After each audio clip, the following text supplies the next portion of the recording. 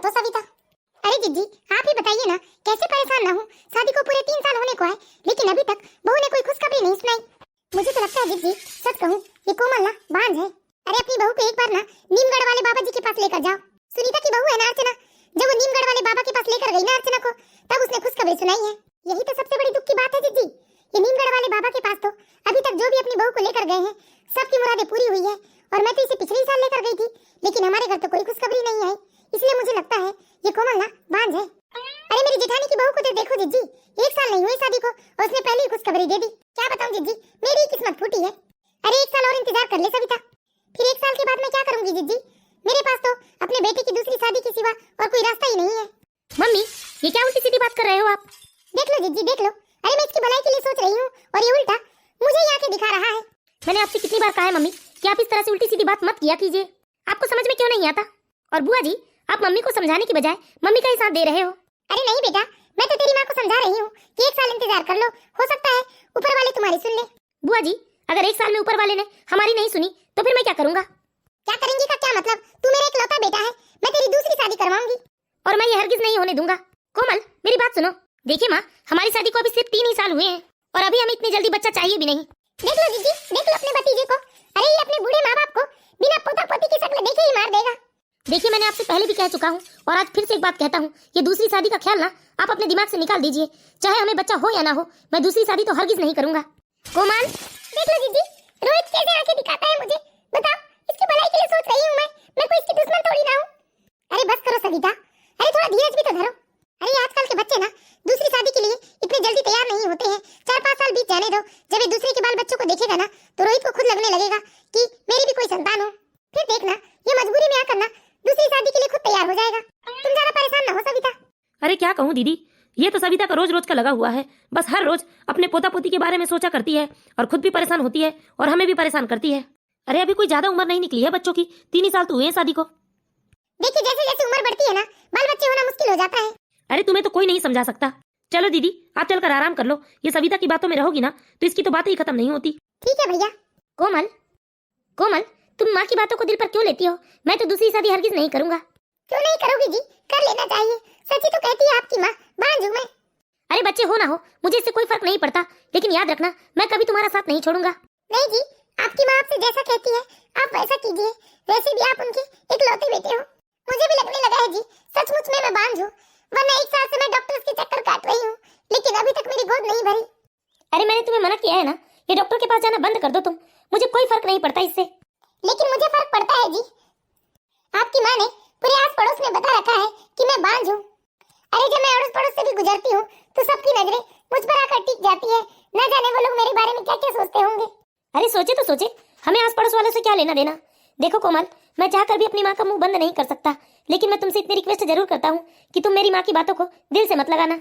अच्छा चलो हाथ मुंह धो लो, हम लोग खाना खा लेते हैं। नहीं जी, मुझे भूख नहीं है।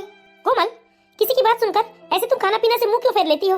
अगर तुम दूसरों की बातों को दिल से लगाकर चलोगी ना तो कभी एक खुशहाल जीवन नहीं जी सकती और ना ही तुम मुझे कभी खुश रख सकती हो। अरे दूसरों के ताने तुम्हारे लिए बहुत मायने रखते हैं, लेकिन क्या तुम्हारे पति की खुशी तुम्हारे लिए कोई मायने नहीं रखते? जब तुम्हारे पति को इस बात से फर्क नहीं पड़ता कि तुम माँ बन सकती हो या नहीं, फिर तुम दूसरों की परवाह क्यों करती हो? तुम मेरी परवाह करो और मेरे लिए खुश रहो, क्योंकि मैं जब तुम्हारा हंसता हुआ चेहरा देखता हूँ तो मेरे सारे दुख दूर हो जाते हैं। ना जाने मेरे कौन से पुण्य का प्रताप है आप। अब ये सब छोड़ो और पहले तो तुम मुस्कुरा दो, वरना मैं तुमसे गुस्सा होकर बिना खाए बाहर जाकर सो जाऊंगा। ये हुई ना बात, चलो अब चलकर साथ में खाना खा लेते हैं। ठीक है जी।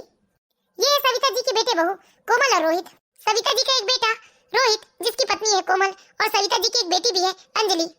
अंजलि की शादी को भी 1 साल हो चुके हैं। सविता जी अपने आप को बहुत ही दुखी बताती है, कहती है कि उसके जीवन में पोता पोती का सुख नहीं है, वो बहुत अभागी है। और इसी बात का गुस्सा वो दिन रात अपनी बहू कोमल पर उतारती है। उसे ताने मारने का एक मौका भी नहीं छोड़ती है। जब देखो तब उसे यह एहसास दिलाते रहती है कि वो बांझ है। लेकिन वही उनका बेटा रोहित, वो अपनी पत्नी कोमल से बहुत प्यार करता है। उसे इस बात से कोई फर्क नहीं पड़ता कि उसकी पत्नी माँ नहीं बन पा रही है। इस तरह धीरे धीरे पूरे 3 महीने बीत जाते हैं। हेलो मम्मी, कैसी है बेटा कोमल?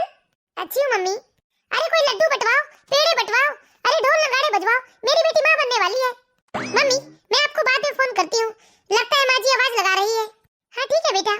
रोहित के पापा, ओ रोहित के पापा, अरे अब नाना बनने वाले हैं, हमारी बेटी अंजलि माँ बनने वाली है। ये तो बहुत ही खुशी की बात है कि अंजलि माँ बनने वाली है। लेकिन माँ जी के पास मुझे ताना मारने का एक और बहाना मिल गया है। अब तो अपनी बेटी की माँ बनने की खुशी वो ढोल नगाड़े पीट पीट कर अड़ोस पड़ोस को बताएगी और कहेगी मुझे कि देखो मेरी बेटी ने इतनी जल्दी खुशखबरी दे दी, लेकिन मैं तो बांझ हूँ। अरे आप अभी तक खड़े हैं, जाइए मिठाई उठाई की व्यवस्था कीजिए, ढोल नगाड़े वाले को बुलाइए। अरे बस करो भाग्यवान, पागल हो जाओगी क्या? अरे बच्चा तो आ जाने दो, उसके बाद ढोल नगाड़े बजवाएंगे, मिठाई भी बांटेंगे। अरे मेरी बेटी अंजलि ने अपने सास ससुर को कितनी जल्दी खुशखबरी दे दी। अरे उनका तो जीवन तर जाएगा अपने पोता को देखकर, लेकिन एक हम है, हमारी तकदीर फूटी हुई है जो ऐसी बांझ गले पड़ी है। अरे मेरे बेटे के जीवन में तो ग्रहण ही लग गया है जब से उसकी शादी हुई है, ना जाने कब पीछा छूटेगा इस बांध से मेरे बेटे का। बस करो सविता, कुछ भी बोले जाती हो तुम। क्या बस करूं जी? अरे दिल दुखता है मेरा, क्या क्या सपने थे कि मेरे बेटे की शादी होगी, उसके बाद उसके बाल बच्चे होंगे जिसे खिलाकर मैं अपना दिन भर का समय बिताऊंगी। अरे उन्हें गोदी में उठा उठा कर पूरे आस पड़ोस में घुमाऊंगी और बताऊंगी सबको कि देखो ये मेरे बेटे रोहित के बच्चे हैं। लेकिन इस मनहूस ने मेरे सारे अरमानों पर पानी फेर दिया। अरे बस करो सविता, अरे बहू को इतना क्यों सुनाती हो सविता? वो भी तो बेचारी माँ बनना चाहती है ना, उसे भी तो दुख होता है। ये सब बहू के हाथ में तो नहीं है ना। अरे इसके हाथ में नहीं है तो मेरे बेटे का पीछा क्यों नहीं छोड़ देती है? अरे हट, मैं भी ये क्या बात लेकर बैठ गई? मैं अभी अड़ोस पड़ोस में खुशखबरी सुना कर आती हूँ कि मेरी बेटी अंजलि माँ बनने वाली है और मैं नानी। हे भगवान, क्या करूँ इस सविता का मैं? अरे बेचारी बहू को कितना सताती है ये माँ जी के ताने सुन सुनकर मेरे कान पक गए हैं। अब तो जैसे जीने की भी इच्छा खत्म हो चुकी है। अब तो माँ जी के साथ साथ दूसरे रिश्तेदार भी मुझे बांझ समझने लगे हैं। मैं तो चाहती हूँ कि रोहित जी कर ले दूसरी शादी। अरे मेरी वजह से क्यों उनके माँ बाप को दादा दादी बनने का सुख नसीब ना हो, लेकिन रोहित जी नहीं चाहते तो इसमें मेरी क्या गलती है? माँ जी तो बस यही कहती है कि मैं उनके बेटे का पीछा छोड़ दूं, लेकिन मैं उन्हें कैसे समझाऊं कि उनका बेटा मेरा साथ छोड़ने को तैयार नहीं। इस तरह धीरे धीरे 2 महीने बीत जाते हैं और 2 महीने बाद सविता जी की बेटी अंजलि आती है अपने मायके। मम्मी, अरे मेरी अंजलि आ गई। अरे आ बेटा, आ अपने माँ के गले से लग जा, तूने इतनी बड़ी खुशखबरी सुनाई है। अरे आइए ना दामाद जी, आइए बैठिए। नहीं माँ जी, मैं तो बस अंजलि को छोड़ने आया हूँ। ये क्या बात हुई बेटा, ऐसे कैसे चले जाओगे तुम? अरे एक दिन रुक कर अपनी खातिरदारी तो करवाओ। फिर कभी माँ जी, आज ऑफिस में मेरी एक जरूरी मीटिंग है। ठीक है बेटा। ठीक है अंजलि, अपना ख्याल रखना। अरे ये तो बताओ अंजलि, तुम्हारी सास ने तुम्हें मायके आने की इजाजत कैसे दे दी? मम्मी, माँ जी ने कहा कि मैं अभी मायके रहकर आ जाती हूँ, फिर जब मुझे 6वां महीना लग जाएगा उसके बाद से डिलीवरी तक मैं अपने मायके नहीं आ पाऊंगी। हाँ बेटा, तुम्हारी सास तो बहुत ही समझदार है। अरे अंजलि, तुम कब आई? बस अभी अभी तो आई हूँ भाभी। चलिए दीदी, चलकर हाथ मुंह धो लीजिए, मैं आपके लिए अभी खाना लगा देती हूँ। अंजलि, तुझे देख मैं साफ साफ बता देती हूँ बेटा, तू अपनी भाभी से दूर रहना, क्योंकि ये बांझ है। अगर इसकी परछाई भी तुझ पर पड़ी तो तेरे होने वाले बच्चे पर असर हो जाएगा। क्या सच में ऐसा होता है मम्मी? हाँ बेटा, होता है ऐसा, इसलिए देख मैं तुझे बता दे रही हूँ, बिल्कुल अपनी भाभी की परछाई भी अपने ऊपर पड़ने मत देना। अगर ऐसी बात है मम्मी तो चलिए ना, मैं आपके ही कमरे में चलती हूँ, अब मुझे वही लाकर खाना दे दीजिएगा। तू चल बेटा, मैं आती हूँ। अरे भाभी, जरा सामने से तो हटिए, मुझे अंदर जाना है। अपनी सास की बातों को दिल पर मत लेना बहू, तुम तो जानती हो बेटा सविता कितनी मुंह फट है, उसके मुंह में जो आता है वो बोल दिया करती है। ठीक है पापा जी, हर माँ को अपनी बेटी की चिंता होती है। अरे सविता को समझा पाना किसी के बस की बात नहीं है। क्या करूँ, कुछ समझ नहीं आ रहा है बेटा। अरे कैसे इस कोमल से तेरे भाई का पीछा छुड़ाऊं मैं? सच में माँ, क्या भाभी कभी माँ नहीं बन पाएगी? अरे तू ही देखना बेटा, शादी को 3 साल हो गए लेकिन अभी तक इसने खुशखबरी नहीं सुनाई है, तो हम तो यही सोचेंगे ना कि ये बांझ है। अरे तुम अपने आप को देखो ना बेटा, शादी को 1 साल नहीं हुए और तुम्हारी गोद भर गई। देखो अंजलि, तुम कोमल से बिल्कुल दूर रहना। मम्मी, मुझे तो लगता है कि मुझे वापस अपने ससुराल चले जाना चाहिए। एक ही घर में रहकर मैं कब तक भाभी से दूर रहूंगी मम्मी? कभी भाभी की परछाई मुझ पर पड़ गई तो? हाँ बेटा, बस 2-4 दिन रह ले, उसके बाद वापस अपने ससुराल चली जाना। हाँ मम्मी, मैं तो चली जाऊंगी। हे भगवान, क्या मैं सच में बांझ हूँ? और क्या मैं इतनी बुरी हूँ कि मेरी परछाई से भी किसी के पेट में पल रहे बच्चे को नुकसान हो सकता है? मैंने तो आज तक किसी का कुछ नहीं बिगाड़ा है भगवान, फिर ये सब मेरे साथ क्यों हो रहा है? अरे कब तक मैं इन लोगों के ताने सहूंगी? कोमल, मैं तुम्हारे लिए खुशखबरी लाया हूँ। मेरे लिए क्या खुशखबरी हो सकती है जी? अरे मैं तो इतनी अभागी हूँ कि मेरी परछाई से भी किसी का नुकसान हो सकता है, भला मेरे लिए ऐसी क्या खुशखबरी होगी? कोमल, फिर से तुम मम्मी की बात को पकड़ कर चल रही हो। कोमल, तुम मेरे दोस्त रौनक को जानती हो ना? हाँ जी, जानती हूँ मैं रौनक भैया को। फिर तो तुम्हें ये भी पता होगा कोमल कि उनकी शादी को पूरे 5 साल हो गए, लेकिन अभी तक उन्हें माता पिता बनने का सौभाग्य प्राप्त नहीं हुआ है। हाँ जी, लेकिन बात क्या हुई? आज अचानक उनकी बात क्यों कर रहे हो आप? अरे उन्होंने एक बच्चे को गोद लिया है। मैं यही बताना चाह रहा था तुम्हें कि हम भी एक बच्चे को गोद ले रहे हैं, क्योंकि तुम्हें ऐसा लगता है कि बच्चा जरूरी है। लेकिन आपको क्या लगता है जी, माँ जी इस बात के लिए तैयार हो जाएगी? अरे इसमें हर्ज क्या है?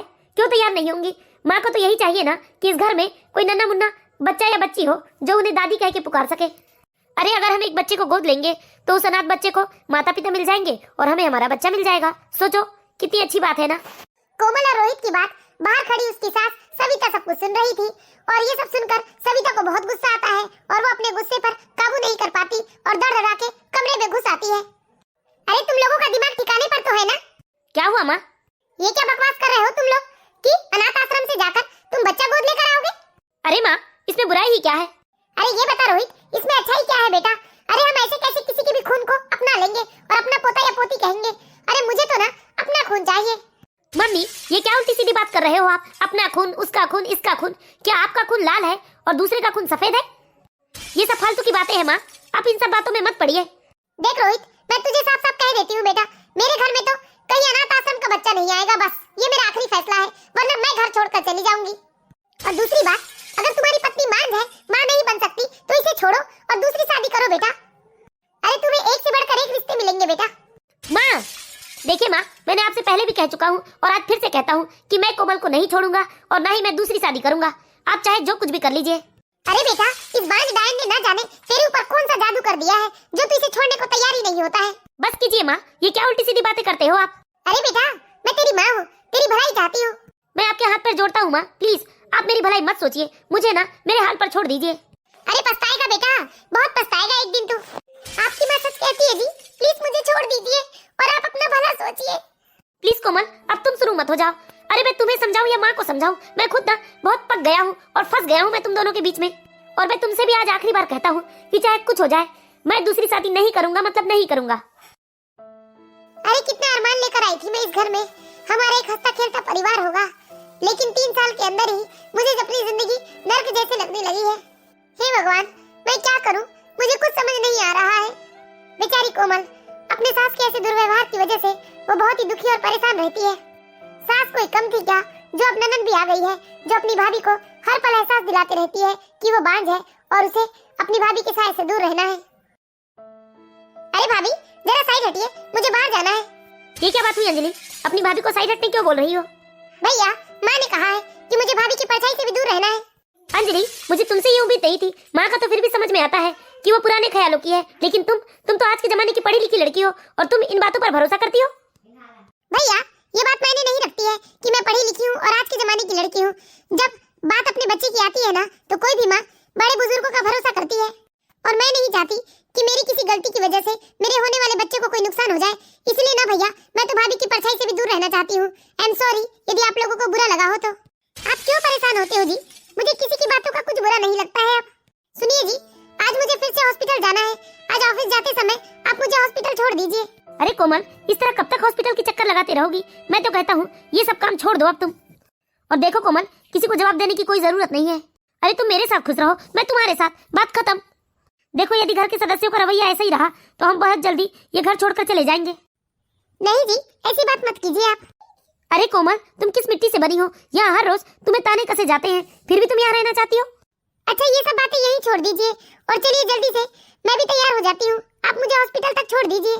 कोमल हर महीने की तरह इस महीने भी डॉक्टर के पास जाती है और हर महीने कोमल डॉक्टर के पास से दुखी होकर वापस अपने घर आ जाती है। लेकिन इस बार लगता है भगवान ने कोमल की सुन ली। जब डॉक्टर कहते हैं कोमल से कि कोमल यू आर प्रेग्नेंट, पर कोमल को अपने कानों पर विश्वास नहीं होता है और वो फिर से डॉक्टर से कहती है कि प्लीज डॉक्टर फिर से बताइए अभी अभी आपने क्या कहा। डॉक्टर फिर से दोहराते हुए कहते हैं कि हाँ कोमल, तुमने बिल्कुल ठीक सुना कि तुम माँ बनने वाली हो। ये सुनने के बाद कोमल की खुशियों का तो जैसे ठिकाना ही नहीं रहता। मन तो कर रहा जैसे भाग कर जाऊं और सारे परिवार को चीख चीख कर कह दूं कि देखो मैं बांझ नहीं हूँ, मैं माँ बन सकती हूँ। लेकिन क्यों मैं उन लोगों के पास जाऊं जिन्होंने हर पल सिर्फ मुझे दुत्कारा है और मुझे कहते हैं कि मैं उनके बेटे की सबसे बड़ी गलती हूँ। अरे माँ जी ने तो हमेशा मेरे चरित्र और मातृत्व पर न जाने कितने सवाल उठाए हैं। एकमात्र रोहित जी है जिन्होंने हमेशा मुझे सपोर्ट किया है। अरे माँ जी ने तो यहाँ तक अपने बेटे की दूसरी शादी करने की तैयारी कर ली थी।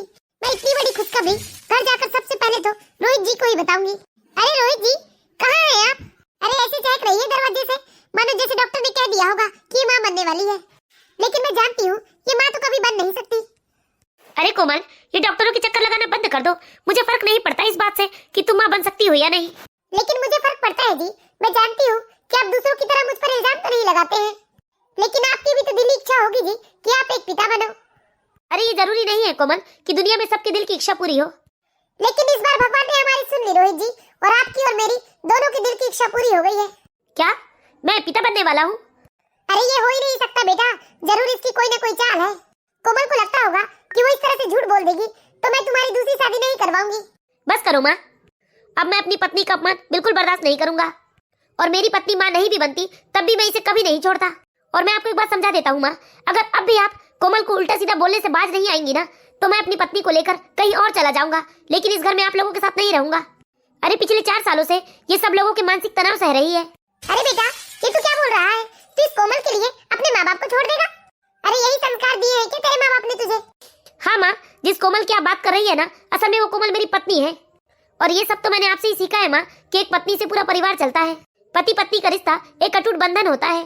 मैंने देखा है माँ कैसे आपने पापा को दादा दादी से अलग रहने के लिए मजबूर किया था, लेकिन यहाँ कोमल है जिसने कभी इस घर को छोड़ के जाने या आप लोगों से अलग रहने के विषय में कभी बात भी नहीं की है।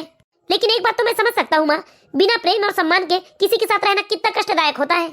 मुझे माफ कर दो कोमल, जो मैंने तुम्हें अपनी माँ के इतने ताने सहने के लिए मजबूर कर दिया। अरे मुझे तो ये कदम पहले उठा लेना था, तुम्हें इस घर से कहीं दूर ले जाकर रखना था मुझे।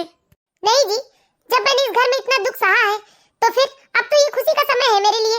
मैं ये घर छोड़कर नहीं जाना चाहती हूँ। और माँ जी, सच में आप दादी बनने वाली हैं क्या? सच में कोमल बहू? हाँ माँ जी, मुझे माफ कर दो बहू। अरे बिना सोचे समझे मैंने तुम्हें ना जाने क्या क्या कहा। माँ, आपने जो कुछ भी किया है वो माफी के लायक तो नहीं, लेकिन मैं कोमल को अच्छी तरह से जानता हूँ, वो आपसे नाराज नहीं रह सकती और वो आपको माफ जरूर करेगी। हाँ माँ जी, आप मुझसे बड़ी हैं, आप इस तरह से मुझसे माफी मांगकर मुझे शर्मिंदा मत कीजिए। मैं तो बस यही चाहती हूँ कि आपका प्यार और आशीर्वाद सदा हम पर बना रहे। कोमल की बात सुनकर सविता जी शर्मिंदा हो जाती है। तो बताइए दोस्तों, आप लोगों को हमारी ये कहानी कैसी लगी? यदि कहानी अच्छी लगी हो तो प्लीज इस वीडियो को लाइक करें और इसी तरह की मोरल स्टोरीज देखते रहने के लिए हमारे चैनल सास बहू की दुनिया को सब्सक्राइब करें।